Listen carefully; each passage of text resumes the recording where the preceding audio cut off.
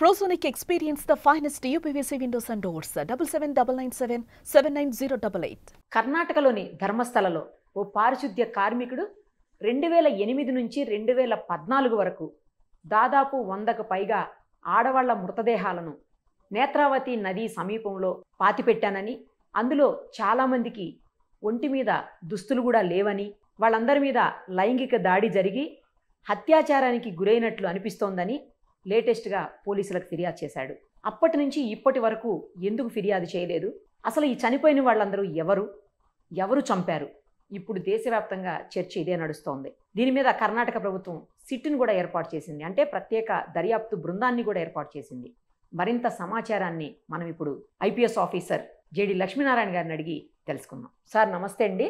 నమస్తే అమ్మా నిరుపమ్ గారు. సార్, ఏం జరిగి ఉండొచ్చు? దీంట్లో అసలు ఎప్పుడో జరిగిపోయింది కదా, కాబట్టి ఇప్పుడు అక్కడికి వెళ్ళి చూస్తే కొన్ని పుర్రెలు అవి కూడా బయటకు వచ్చాయని ఏదో చెప్తున్నారు. అసలు ఎలా కనుక్కోగలుగుతారు ఇలాంటి కేసెస్లో? ఎందుకంటే మీకు చాలా ఎక్స్పీరియన్స్ ఉన్నటువంటి ఐపీఎస్ ఆఫీసర్ మీరు, పైగా పొలిటికల్ ఇన్ఫ్లుయెన్స్లు కూడా ఉన్నాయి అని అంటున్నారు. మీరు ఇంకో పక్క పొలిటికల్ లీడర్ కూడా, కాబట్టి రెండు రకాలుగా చెప్పండి సార్. అసలు దీన్ని ఎలా తీసుకోవచ్చు, బయటికి ఎలా తీసుకుని వస్తారు? అంటే టెక్నికల్గా ఎవిడెన్స్లు ఏమి ప్రూవ్ చేయగలుగుతాయి? అసలు వాళ్ళు ఎవరో తెలిస్తే కదా ఫస్ట్ ఎవరు చంపారనేది తెలిసేది. తర్వాత అసలు ఎవరు చంపుండే అవకాశం ఉంటుంది, వాళ్ళు ఎవరు, మరి వాళ్ళు ఎంతమంది చనిపోయినప్పుడు మిస్సింగ్ కేసులు రిజిస్టర్ కాలేదా? అందులో అయితే 2003లో ఒక డాక్టర్ అనన్య అని, ఒక అమ్మాయి సౌజన్య అని ఇద్దరు మిస్ అయ్యారని, ఇప్పుడు వాళ్ళ పేరెంట్స్ కూడా ధర్మస్థలంలోనే మిస్ అయిపోయారట. సో వాళ్ళకి సంబంధించిన వాళ్ళు కూడా ఫ్యామిలీ మెంబర్స్ అంతా ఇప్పుడు ఫైట్ చేస్తున్నారు, మొత్తం డీటెయిల్డ్గా ఇన్వెస్టిగేషన్ జరగాలి అని చెప్పేసి.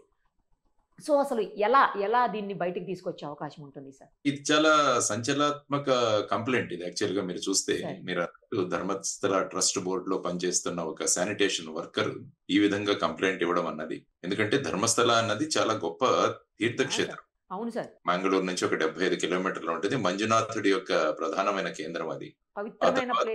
పవిత్రమైన స్థలం. వందలు వేల మంది వస్తుంటారు. నేను కూడా అక్కడికి వెళ్ళాను, విజిట్ చేశాను కూడా. అక్కడ అందరికి భోజనాలు ఇవన్నీ కూడా వ్యవస్థ చాలా గొప్పగా ఉంటుంది. సో ఆ విధమైన ట్రస్ట్ అక్కడ ఉన్నది. చాలా సంవత్సరాల నుంచి యాక్టివిటీస్ జరుగుతున్నాయి. ఆ తర్వాత ఇతను 1998 నుంచి 2014 వరకు సుమారుగా 100కు పైగా మంది, వాళ్ళు స్కూల్ పిల్లలు ఉన్నారు, కాలేజ్ స్టూడెంట్స్ ఉన్నారు, మహిళలు, ముఖ్యంగా అందరూ మహిళలే 100కు పైగా ఉన్నారు. కాబట్టి వీళ్లను డిస్పోజ్ చేయించడంలో నన్ను ఉపయోగించుకున్నారు. నేను చాలా బాడీస్ ను డిస్పోజ్ చేశాను, అంటే వాళ్ళని క్రిమేట్ చేశాను, లేకుంటే వాళ్ళను బరియల్ చేశాను. ఇవన్నీ కూడా అతను చెప్పాడు.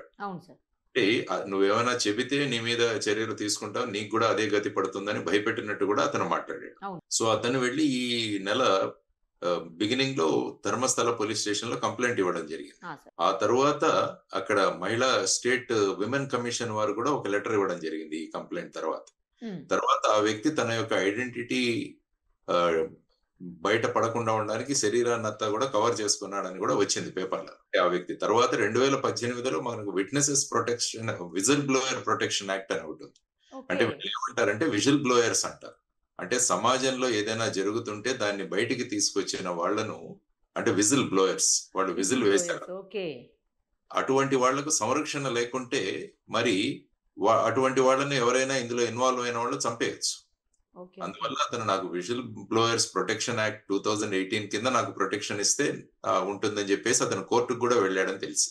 సో ఆ విధంగా తర్వాత విమెన్ కమిషన్ చైర్మన్ కూడా సీఎం కి లెటర్ రాయడము, తర్వాత చాలా మంది అడ్వకేట్స్ వీరందరూ కూడా వెళ్ళి ముఖ్యమంత్రిని కలవడం, ఆ తర్వాత ఒక స్పెషల్ ఇన్వెస్టిగేషన్ సిట్ ఒకటి ఏర్పాటు చేయండి. ప్రణబ్ కుమార్ మొహంతి అని డీజీపీ లెవెల్ ఆఫీసర్, మంచి స్ట్రేట్ ఫార్వర్డ్ ఆఫీసర్. ఇంతకు ముందు లోకాయుక్తలో కూడా పనిచేశారు. మేము ఇక్కడ ఓబులాపురం మైన్స్ అవి చేసేటప్పుడు అతను ఉండేవారు, వారితో కూడా కలిసేవాళ్ళం. కాబట్టి ఒక స్ట్రేట్ ఫార్వర్డ్ ఆఫీసర్, మంచి ఆఫీసర్, అతని యొక్క ఆధ్వర్యంలో ఈ సిట్ అన్నది ఏర్పాటు చేయడం జరిగింది.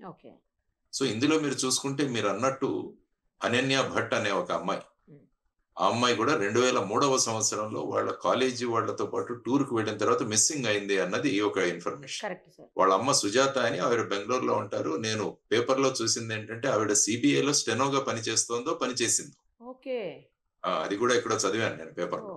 సో ఆవిడ వచ్చేసి, నేను కావాలంటే ఈ సంఘటన జరిగింది, ఆ సమయంలో నేను వెళ్ళాను. అక్కడ ట్రస్ట్‌లో చాలా మందిని కలిసాను. వాళ్ళు గూడా నన్ను తిట్టి పంపించేశారు. అలాంటిదేమీ ఇక్కడ జరగదని. సో, ఎవరైతే ట్రస్ట్ బోర్డ్ మెంబర్‌లు నాతో మాట్లాడతారో, నేను పాలిగ్రఫీ టెస్ట్‌కి రెడీగా ఉన్నాను. నార్కోకైనా రెడీగా ఉన్నాను. వాళ్ళతో గూడా చేయించండి అని ఆవిడ గూడా అన్నారు. అంటున్నారు. తర్వాత మీరు పేర్కొన్నట్టు 2012వ సంవత్సరంలో ఒక సౌజన్య అనే ఒక అమ్మాయి కూడా, ఆ అమ్మాయిది కూడా రేప్ అండ్ మర్డర్ కేసు ఆ ప్రాంతంలోనే జరిగింది. యాహ్! సార్. ఆ తర్వాత ఆ ఇన్వెస్టిగేషన్ కూడా జరిగింది. హ్మ్. కాబట్టి ఇది చాలా డిస్టర్బింగ్ ఇది పరిస్థితి. అంటే ఇది నిజమైతే యాక్చువల్‌గా ఇందులో ఉన్న విషయాలు అతను ఎవరైతే వెల్లడించారో, అతనేంటంటే అతను కొన్ని రోజులు మొదట ఐ థింక్ 1898లోనో ఎప్పుడో ఒక చిన్న స్కూల్ అమ్మాయిది జరిగిన తర్వాత అతను భయపడి పరిగెత్తిపోయాడట అక్కడి నుంచి.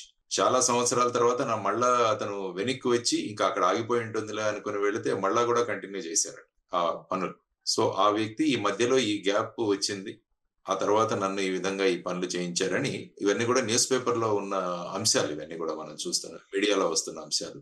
వాటిల్లో ఎంతవరకు తథ్యం ఉందో మనకు తెలియదు గానీ, కాబట్టి ఈ జరిగిన సంఘటన నుంచి నిజానిజాలు బయటపడాలి. హ్మ్. తర్వాత ఇప్పటి వరకు జరిగిన ఈ డిసపియర్ అయిన వాళ్ళు, అదృశ్యమైన వాళ్ళ మీద ఏమైనా మిస్సింగ్ కేసులు రిజిస్టర్ అయ్యాయా? హ్మ్. మీరన్నట్టు తర్వాత ఇతని ద్వారా ఆ వ్యక్తులను ఏ స్థలంలో వాళ్ళను క్రిమేట్ చేశారు, లేకుంటే బరీ చేశారు, పూడ్చిపెట్టారు. ఆ స్థలంలోకి మళ్ళా ఆ బాడీ‌లని ఎక్స్‌హ్యూమ్ చేయాల్సుంటది. ఇప్పుడు ఉంటాయా సార్? ఉంటాయి.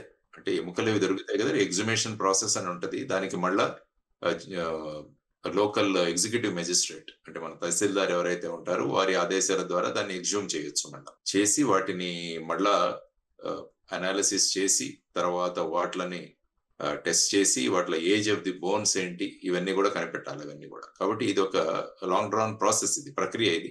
హ్మ్. అయినా కూడా ఈ విధంగా నిజంగా జరిగి ఉంటే మటుకు చాలా నిందనీయం. చాలా సార్ అసలు. దీనిలో ఇన్వాల్వ్ అయిన వ్యక్తులు ఎవరైతే ఉన్నారో వాళ్ళందరినీ కూడా బయటికి తీసుకురావాలి. అంటే ఆ ప్రదేశం యొక్క పవిత్రత పవిత్రతని. కూడా ఇది చాలా భంగం కలిగించే విషయం. అవును సార్. ఒకవేళ అలా కూడా ఏమన్నా ఆలోచించొచ్చా సార్ మనం? అంటే పవిత్రతని భంగం కలిగించడం కోసం ఏమన్నా ఇలాంటిది ఆపాదించారా? ఇది నిజం కాదా? అది కూడా అందుకనే అది. ఎస్ఐటీలో అన్ని విషయాలు అంటే ఇతను చెప్పిందే మనం ట్రూత్ అనుకోవట్లేదు. అసలు ఇందులో తథ్యం ఉందా లేదా అన్నది కూడా చూడాల్సిన అవకాశం ఉంది. సో ఆ తర్వాత ఎస్ఐటీ అన్నది ఇటువంటి కేసెస్ మిస్సింగ్ కేసెస్ అన్ని కూడా మళ్ళా ట్రేస్ చేస్తారు. ఓహో! ఓకే. తర్వాత ఈ వచ్చిన వాళ్ళు ఎక్కడ దిగారు, అక్కడ ఉన్న రూమ్స్ లో ఎక్కడైనా దిగారు, ఇదంతా ఇన్వెస్టిగేషన్ ప్రాసెస్. తర్వాత వాళ్ళ తల్లిదండ్రులను కాంటాక్ట్ చేయడము, వాళ్ళే ప్రయత్నాలు చేశారు. ఓకే. ఇవన్నీ కూడా ఈ ప్రక్రియ మొదలవుతుంది. సో, ఈ విధంగా జరగడము ఆ వ్యక్తి కూడా చాలా ధైర్యంగా అన్ని చోట్లకు వెళ్లి అతను చెప్తున్నాడు విజిల్ బ్లోయర్ అని. అవును సార్. చెప్తున్నాడు. యాక్చువల్ గా మీరేంటంటే చట్టంలో చూసుకుంటే ఇంతకుముందు సెక్షన్ 39 ఉండేది సిఆర్పిసిలో. ఇప్పుడు దాన్ని సెక్షన్ 33 అంట. బిఎన్ఎస్ఎస్ఎస్ భారతీయ నాగరిక సురక్షా సంహితలో. అంటే ఒక వ్యక్తికి కొన్ని విషయాలు గనక తెలిస్తే ఆ వ్యక్తి దాని గురించి సంబంధిత పోలీస్ స్టేషన్ గాని మెజిస్ట్రేట్ గాని చెప్పాల్సిన బాధ్యత ఉంది. అంటే ముఖ్యంగా సీరియస్ కేసెస్, చీటింగ్లు ఇలాంటివన్నీ ఉంటాయి కదా! ఇవన్నీ కూడా తెలిసి మనం ఊరుకోకూడదు. హ్మ్. అవి చెప్పాలి. రేపు ఇన్వెస్టిగేషన్ లో బయటపడితే అవి తెలిసి కూడా చెప్పకపోవడానికి కారణాలు కూడా వాళ్ళు సంజాయిషి ఇచ్చుకోవాలి. సో ఇది కూడా ఇప్పుడు లేటెస్ట్ సెక్షన్ 33లో ఉంది. ఇంతకుముందు 39 సిఆర్పిసిలో ఉండేది. హ్మ్. కాబట్టి ప్రజలు కూడా ఇటువంటివి ఏవైనా సీరియస్ అందులో ఉన్న సెక్షన్స్ ఏవైతే ఉన్నాయో వాటి గురించి తెలిస్తే వాటిని ఎందుకంటే ఒక క్రైమ్ ను బయటికి తీసుకురావాలి. కాబట్టి ఇందులో జరిగిన విషయాలు చూస్తే చాలా గగురు పొడిచేటట్టు ఉన్నాయి అమ్మో! అసలు. అవును సార్. భయమేస్తుంది అసలు. భయమేస్తుంది. చిన్న చిన్న పిల్లల్ని చిన్న తర్వాత పిల్లలు కూడా ఉన్నారు. స్కూల్ పిల్లలు కూడా ఉన్నారంటున్నారు. స్కూల్ పిల్లలు వాళ్ళని న్యూస్ పేపర్ లో చుట్టి వాళ్ళను డిస్పోజ్ చేయడము ఇవన్నీ కూడా తలుచుకుంటేనే చాలా ఇది ఉండేది. సో ఆ విధంగా నిటారీ కిల్లింగ్స్ అని ఒకటి జరిగేవి అక్కడ పంజాబ్ అనుకుంటాను ఒక అతను. ఓకే. ఈ విధంగా చేసి అతను వాళ్ళ బాడీ పార్ట్స్ కట్ చేసి దీంట్లో పెట్టి ఆ రక్తం తాగేవాడట. నిటారీ కిల్లింగ్స్ అని చాలా దారుణమైన కేసు. సో ఇలాంటివన్నీ కూడా ఈ మానసిక సంతులనం లేని వాళ్ళు లేకుంటే ఒక పర్టిక్యులర్ క్రైమ్ దీనిలో ఏమైనా క్షుద్ర విద్యలు కూడా ఎవరైనా చేశారో అది కూడా మనం చూడాలి. అది కూడా నిజమే సార్. అవును. అంటే ఈ బలి ఇవ్వడము ఇలాంటివి కూడా చాలా చోట్ల జరుగుతుంటాయి. ఈ కానీ లైంగిక దాడి జరిగింది. అని ఇతను అంటున్నాడు. అత్యాచారం కూడా. అత్యాచారము అది జరిగిందని ఎందుకంటే అంటున్నాడు. బట్టలు లేవంటున్నారు సార్. చాలా మంది ఒంటి మీద దుస్తులు కూడా లేవు. కొంతమంది మీద లో దుస్తులే ఉన్నాయి అని అంటున్నారు. కానీ అవును. పుర్రెలేయో బయటకు వచ్చాయని కూడా చెప్తున్నాడు సార్. అదే తను పాతిపెట్టిన ప్రాంతానికి వెళ్లి తవ్వి అక్కడ నుంచి వాటి ఫోటోలు తీసి కంప్లైంట్ తో పాటు Correct. అతను ఎన్క్లోజ్ చేశాడు. ఫోటోస్ కూడా పెట్టాడంట సార్. ఫోటోస్ కూడా పెట్టాడు. ఎందుకంటే లేకుంటే ఏదైనా చెబితే ఎవరో నమ్మరని చెప్పేసి ఇది కూడా పెట్టాడు. మళ్ళా ఇప్పుడు పోలీసులు వెంటనే వారిని ఆ ప్రదేశాలకు వెళ్ళడం, అక్కడ చూడడం ఇవన్నీ కూడా జరుగుతాయి. చాలా ఫాస్ట్ గా జరగాలి ఈ విషయం. Correct sir. అంటే ఎందులో పెద్ద పెద్ద వాళ్ళు ఇన్వాల్వ్ అయ్యి ఉన్నారంటే వాళ్ళు ఏ విధంగా చేస్తారు అన్నది కూడా మనకు తెలియాలి. కానీ ఫైనల్ గా ఏంటంటే డిస్పోజల్ చేసిన పని ఇతను చేశాడని అన్నారు. అవును. ఆ బాడీని తెచ్చి ఇతనికిస్తే ఈ బాడీని నువ్వు డిస్పోజ్ చేయడం, కాల్ చేయడం గానీ లేకుంటే పూర్తి చేయడం గానీ అదంతా వీరు చేసేవాళ్ళు. ఇంకా ఇతనితో పాటు ఎవరెవరు ఉన్నారు ఇవన్నీ కూడా బయటికి రావాల్సిన అంశం. ఒక్కడితో కూడా అవ్వదు కదా సార్. అవ్వదు. కాల్చాలన్నా పూడ్చాలన్నా ఒక్కడు కూడా చేయలేడు కదా. అవ్వదు. కాబట్టి ఇతనితో పాటు ఎవరున్నారు, వాళ్ళ వర్షన్ ఏంటి, అసలు ఎవరు చెబితే చేశాడు, ఎవరు చెబితే చేశారు, ఇవన్నీ ఎక్కడ ఈ బాడీస్ ను వాళ్ళకి ఎక్కడ హ్యాండ్ ఓవర్ చేశారు, ఇవన్నీ కూడా రావాల్సిన అంశాలు. కాబట్టి చూద్దాం, ది ఇన్వెస్టిగేషన్ చాలా ఫాస్ట్ గా జరగాలి. ఆఫ్ కోర్స్ మొహంతి ఉన్నారు కాబట్టి is a very efficient officer, దాన్ని ముందుకు డెఫినెట్ గా తీసుకెళ్తారు. కాబట్టి ఇటువంటి అకృత్యాలు జరగకుండా ఉండాలి,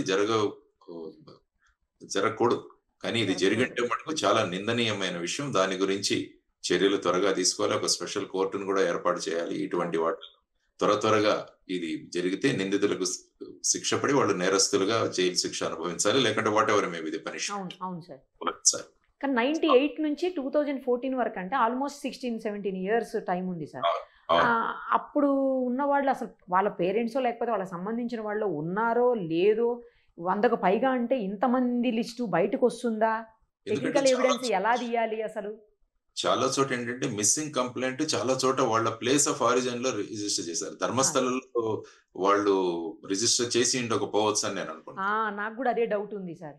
ఫర్ ఎగ్జాంపుల్ బెంగళూరులో ఈ అమ్మాయి ఉన్నది, అనన్య అన్నది, వాళ్ళ అమ్మగారు సుజాత గారు, వారు బెంగళూరు పోలీస్ స్టేషన్ లో మిస్సింగ్ ఇచ్చిండొచ్చు. అవును, కరెక్ట్. సాధారణంగా పోలీస్ ఎలా ఉంటదంటే వెళ్ళి ఇస్తే మీరు ఎక్కడి నుంచి బయలుదేరారంటారు, అంటే బెంగళూరు అంటే మీరు అక్కడ ఇవ్వండి అంటారు. ఫర్ ఎగ్జాంపుల్ ఇప్పుడు రైల్లో ఎక్కడైనా మనం ఎప్పుడో రాత్రి నిద్రలేసిన తర్వాత మనం చూస్తే మన బ్యాగ్ ఉండదు. సో మీరు ఎక్కడ ఎక్కారడిగి అక్కడ కంప్లైంట్ చేయండి అని అంటుంటారు. కాబట్టి ఈ మిస్సింగ్ కేసులన్నీ కూడా మొత్తం కర్ణాటకలోనే 1998 నుంచి 2014 మధ్యలో అన్న విమెన్ మిస్సింగ్, గర్ల్ మిస్సింగ్, ఈ కేసులన్నింటినీ కూడా బయటికి తీయాలి. ఉంటుంది, డేటా ఉంటుంది. ఆ డేటాని తీసి మళ్ళీ వాళ్ళందరినీ కాంటాక్ట్ చేసి, ఇప్పుడు యాక్చువల్ గా ఈ కేసు రిజిస్టర్ అయిన తెలవగానే పేపర్ లో వచ్చిన దానివల్ల చాలా మంది కాంటాక్ట్ అవుతారు. ఎస్ఐటి వస్తారు, వాళ్ళ ఫోన్ నంబర్స్ ఇస్తారు, దాని వల్ల వాళ్ళు కాంటాక్ట్ అవుతే అది ఇంకా సులభతరం అవుతుంది, ఎందుకంటే పబ్లిక్ కోఆపరేషన్ నుంచి తీసుకురావాలని. ఇంకొకటి కూడా కదా సార్, ఇప్పుడు వీళ్ళందరినీ ధర్మస్థలలోనే చేశారా లేకపోతే వేరే ఎక్కడన్నా చేసి ఇక్కడికి తీసుకొచ్చారా? అది కూడా, ఇదంతా కూడా part of the investigation. Final గా డిస్పోజల్ అన్నది ఇక్కడ నుంచే జరిగిందని ఆ వ్యక్తి చెబుతున్నాడు. సో డిస్పోజల్ ఇక్కడ నుంచే జరిగింది కాబట్టి ఫైనల్ గా ఆ బాడీస్ ఏవైతే ఉన్నాయో అవి ఇక్కడ నుంచే డిస్పోజల్ చేయడానికి ఇవ్వడం జరిగిందని అతని వర్షన్. సో దాని వల్ల ఆ తర్వాత ఇన్వెస్టిగేషన్ కొనసాగుతుంది అనమాట. ఇప్పుడు ఏంటంటే డెడ్ బాడీ నుంచి రివర్స్ లో ఇన్వెస్టిగేషన్ మొదలవుతుంది. అంటే ఎక్కడ పూడ్చిపెట్టిన ప్లేస్, ఆ తర్వాత టెస్ట్లు, ఆ తర్వాత మిస్సింగ్, ఇవన్నీ కూడా. సార్ అక్కడి నుంచి ఏదో ఒక పార్ట్ దొరికింది అనుకుందాం, పురెనో లేకపోతే బోన్స్ సంథింగ్ ఏదో దొరికింది అనుకోండి, స్కల్లో ఏదో దొరికింది అనుకుందాం. ఆ దొరికిన తర్వాత వాటిని FSL కి పంపించి ఏజ్ ఎంత, అంటే ఎప్పుడు చనిపోయి ఉండొచ్చు, ఏ కారణంతో చనిపోయి ఉండొచ్చు అని అది తీస్తారా సార్? అది వస్తుందా? ఆసిఫికేషన్ టెస్ట్ అని ఉంటుంది. అందులో ఆసిఫికేషన్ టెస్ట్ లో ఏమవుతుందంటే జనరల్ గా ఏజ్ తెలుస్తుంది, అంటే బోన్ యొక్క పరిస్థితిని బట్టి ఏజ్ జనరల్ గా నిర్ణయిస్తారు. కొంచెం అటు ఇటుగా చెప్తారు ఈవెన్, ఎందుకంటే మైనరా మేజరా అన్నది కూడా ఒక్కోసారి నిర్ణయించడానికి ఆసిఫికేషన్ టెస్ట్ వాడుతుంటారు కోర్టులో. సో అలాంటి టెస్ట్ కండక్ట్ చేసి ఆ తర్వాత మొత్తం బాడీ డిటెక్ట్ అవుతే అందులో ఇన్ కేస్ ఏదైనా మర్డర్ ఇలాంటివి జరిగితే అటువంటివి కూడా చూసేదానికి అవకాశం ఉంటుంది. సో ఇప్పుడు ఎగ్జూమ్ చేసి వాటిలన్నింటినీ కూడా ఇది స్పెషలైజ్డ్ ఒక ఫోరెన్సిక్ టీమ్ కూడా ఉండాల్సిన అవసరం, ఫోరెన్సిక్ మెడిసిన్ డాక్టర్స్ టీమ్ కూడా ఉండాల్సిన అవసరం వీటిలలో. సో ఇవన్నీ తీసి ఇన్వెస్టిగేషన్ కొద్దిగా కాంప్లికేటెడ్ ఇన్వెస్టిగేషన్, ఈజీ కాదు, అంత ఈజీ కాదు ఇది ఇన్వెస్టిగేషన్. కానీ they are under a very efficient officer team లో ఉన్నారు కాబట్టి they will definitely take it to a logical conclusion అని అనుకుంటాను. ఇప్పుడు అతను చెప్పిన దాని ప్రకారం 10 ఏళ్ల పైన అయిపోయింది కదా సార్ అతను డిస్పోజ్ చేసి కూడా బాడీస్ ని, అది డీకంపోజ్ అయిపోతాయి, పైగా నదికి సమీపంలో అందుకే చేశాము అన్నట్టు చెప్తున్నాడు. సో నదికి సమీపంలో తొందరగా పాడైపోవాలి బాడీస్ అని, మరి అలాంటప్పుడు అంత ఈజీగా అంత మందిని తీయడం అనేది సాధ్యమవుతుందా అనేది? అదే అన్నా, it's a very complicated investigation, there is no doubt. కానీ ఏంటంటే వీటిలన్నింటినీ సర్కమ్స్టాన్సెస్ తో బిల్డ్ చేసుకుంటూ రావాలి. అంటే వాళ్ళ కంప్లైంట్ నుంచి కూడా మొదలవాలి, ఇటు సైడ్ నుంచి అటు సైడ్ నుంచి రావాలి. మిస్సింగ్ కేసులన్నీ తీసి అందులో వెళ్లి ఆ కంప్లైంట్లను కలిసి ఏమైంది, అందులో ఉన్నవాళ్ళు వచ్చారా, రిటర్న్ ఎక్కడికి వెళ్లారు, మెజారిటీ ధర్మస్థలకి ఎవరెవరు వెళ్లారు అన్నది సెగ్రిగేట్ చేయాల్సి ఉంటుంది. Correct sir. చేసి ఆ విధంగా ఇన్ కేస్ అక్కడి నుంచి రావడానికి ఏదైనా టికెట్స్ కానీ లేకుంటే ఇవన్నీ కూడా ఇన్వెస్టిగేషన్, ఎందుకంటే రేపు కోర్టులో ప్రతిదీ కూడా మనం బియాండ్ డౌట్ ప్రూవ్ చేయాలి. కరెక్ట్ కదా సార్. అది ఇప్పుడు చూసుకుంటే ముంబై బాంబే బ్లాస్ట్ 2006లో జరిగిన బ్లాస్ట్ కి నిన్న ముంబై హైకోర్టు అక్విట్ చేసింది వాళ్ళు. ఓ ట్రయల్ కోర్టు వాళ్ళకి యాక్చువల్ గా మరణశిక్ష విధించింది, కానీ ముంబై హైకోర్టు నిన్న వాళ్ళను అక్విటల్ ఇచ్చింది. వాళ్ళు సుప్రీం కోర్టుకి వెళ్తున్నారు మహారాష్ట్ర గవర్నమెంట్. ఓకే ఆయన కూడా అంటున్నారు, అంటే కోర్టులో ప్రతి ఒక్కటి కూడా ప్రాసిక్యూషన్ ప్రూవ్ చేయాలి. కదా సార్. అవును. కొన్ని కేసుల్లో ఎలా ఉంటుందంటే ఎవరి మీదైతే నిందలు ఆపాదించబడ్డాయో వాళ్ళు ప్రూవ్ చేసుకోవాలి మేము చేయలేదు అని. చెయ్యలేదు అని. దాన్ని బర్డన్ ఆఫ్ ప్రూఫ్ అంట. ఓ కానీ క్రిమినల్ కేసెస్ లో బర్డన్ ఆఫ్ ప్రూఫ్ ప్రాసిక్యూషన్ మీద ఉంటుంది, అంటే గవర్నమెంట్ మీద ఉంటుంది ప్రూవ్ చేయడానికి. సో అది చూడాలి ఈ ఇన్వెస్టిగేషన్. సార్ మీ కెరియర్ లో మీరు ఎప్పుడైనా ఇంత టఫెస్ట్ కేసుని ఇట్లా ఎప్పుడన్నా డీల్ చేశారా సార్? అంటే ఇటువంటి ఇది ఒక విచిత్రమైన కేసు ఇది. యాక్చువల్ గా కొన్ని కేసులు ఉంటాయి, కొన్ని కేసులు చేసాం. ఒక బాబా ఒక అతను ఉండేవాడు, మేము ఠానేలో చేస్తున్నప్పుడు. సార్ అతను ఈ విధంగా చిన్న చిన్న అమ్మాయిలందరినీ కూడా మోసగించి వాళ్ళను ఈ విధంగా చేసి ఆ కేసుల్లో కూడా దొరికాయి. అటువంటి కేసెస్ చేశాం, కానీ ఈ విధంగా మాస్ ఈ విధంగా చేయడం అన్నది చాలా తక్కువ. అంటే ఇదని కాదు, మీ దాంట్లో మీ కెరియర్ లో టఫెస్ట్ ఉంటాయమ్మా, ఇలాంటివి ఉంటాయి. జనరల్ గా ఏంటంటే చాలా మంది బాంబేలో ముఖ్యంగా ఏంటంటే అక్కడ సముద్రాల్లో బాడీస్ దొరుకుతుంటాయి. సో అదొకటి పెద్ద విషయం. దాన్ని పట్టుకొని మళ్ళా వాళ్ళ ఆరిజిన్ తీసుకొని అదంతా అదే ప్రతిసారి మిస్సింగ్ కేసులు ఇవి ముఖ్యంగా వెరిఫై చేసేవాళ్ళం. బాడీస్ దొరుకుతాయా సార్ మరి సముద్రంలో వేస్తే? ఉంటాయి, కొన్ని కొట్టుకొచ్చేస్తుంటాయి, కొన్ని తేలుతుంటాయి, ఇలాంటివి జరుగుతుంటాయి. అంటే మన చేతికి వచ్చిన వీటిలలో ఈ విధంగా జరిగిన అంశాలు చాలా జరుగుతుంటాయి. ఎందుకంటే ఎక్కడి నుంచో తీసుకెళ్లి ఎక్కడి నుంచో తీసేయడం, ఈ సూట్ కేసులో డెడ్ బాడీస్ దొరకడం, వాటిని మళ్ళా వాళ్ళ డిఎన్ఏ అనాలిసిస్ ఇవన్నీ చేయాలి. సో ఇప్పుడు చూడాలి ఇందులో డిఎన్ఏ, ఎందుకంటే ఇవి ఆల్రెడీ ఈ స్థితిలో వచ్చాయి కాబట్టి వెదర్ డిఎన్ఏ వర్క్స్ అన్నది కూడా చూడాలి, అంటే ఐడెంటిఫై చేయడానికి. ఫర్ ఎగ్జాంపుల్ మీరు ఇప్పుడు మన అహ్మదాబాద్ లో జరిగిన కేసు తీసుకున్నా కూడా ఫ్లైట్ లో వాళ్ళందరి డిఎన్ఏస్ తో మళ్ళీ మ్యాచ్ చేయాలి, ఎందుకంటే మ్యాచ్ చేశారు, అప్పుడే బాడీ ఫిక్స్ చేశారు ఈ వ్యక్తిది అని చెప్పేసి. ఆ విధంగా ఇందులో ఎలా లేటెస్ట్ ఫోరెన్సిక్ టెక్నిక్స్ కూడా వచ్చాయి మనకి, వాటి ద్వారా ఈ ఐడెంటిటీ, ఎందుకంటే సపోజ్ అది దొరికితే వాళ్ళ ఫ్యామిలీ మెంబర్స్ ని లింక్ చేయడానికి ఈజీ అవుతుంది. అంటే ఈ బాడీ ఈ దీని నుంచేనా అన్నది కూడా మనం లింక్ చేయవచ్చు అన్నమాట. అంటే పోలీసులు దలుచుకుంటే ఏదైనా చేస్తారు సార్ ఆయన, అంటే ఎట్లైనా తీగ లాగుతారు, దొంగకంతా కదిలిస్తారు. Very challenging case for SIT also. SIT కూడా చాలా ఛాలెంజింగ్ కేసు. అదే sir. Pranab Mohanty is there, he is very capable, ఆయన he will take it to a conclusion. Right sir, perfect investigation జరిగి నిజాలు బయటికి రావాలి. యా సార్, నిజమైతే మటుకు బయటికి రావాలి. ఆ దోషులందరికీ కూడా మాక్సిమం శిక్షలు పడాల్సిందే. ఖచ్చితంగా సార్. అసలు వాళ్ళు భూమి మీద ఉండడానికి అర్హులు కాదనిపిస్తుంది. కరెక్ట్ చెప్పారు sir. Yes, thank you sir. Okay. Suman టీవీలో మీ పర్సనల్ అండ్ బిజినెస్ ప్రమోషన్స్ కోసం కింది నెంబర్కి కాంటాక్ట్ చేయండి.